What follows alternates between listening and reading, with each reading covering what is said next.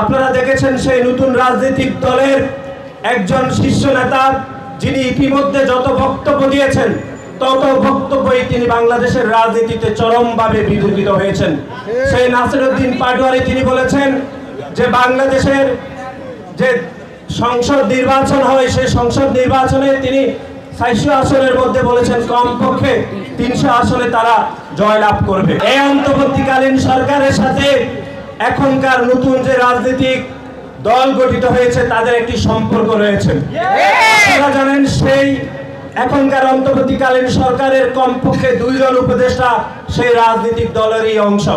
সুতরাং আগামীতে যে নির্বাচন হবে সেই নির্বাচনে হয়তো কারচুপির মাধ্যমে নির্বাচনকে বিলম্বিত করে তারা হয়তো 300 আসন নিয়ে যেতে পারে। সেজন্য তারা একটি আগাম বক্তব্য দিয়ে তারা এটি সতর্ক করেছে।